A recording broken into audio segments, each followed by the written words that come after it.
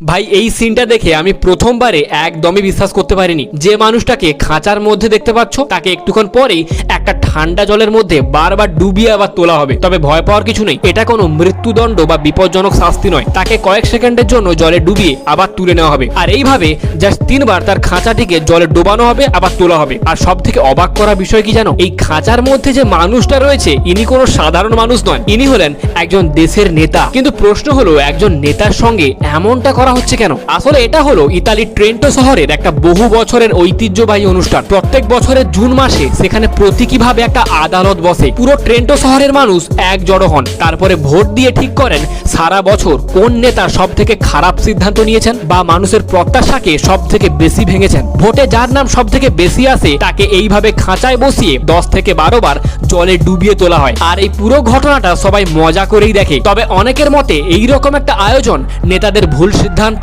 বা দুর্নীতি করার আগে দুবার ভাবতে বাধ্য করে। এবার বলো, যদি এমন একটা নিয়ম আমাদের দেশেও চালু হয় তোমাদের মতে কেমন হতো? কমেন্টে জানাও।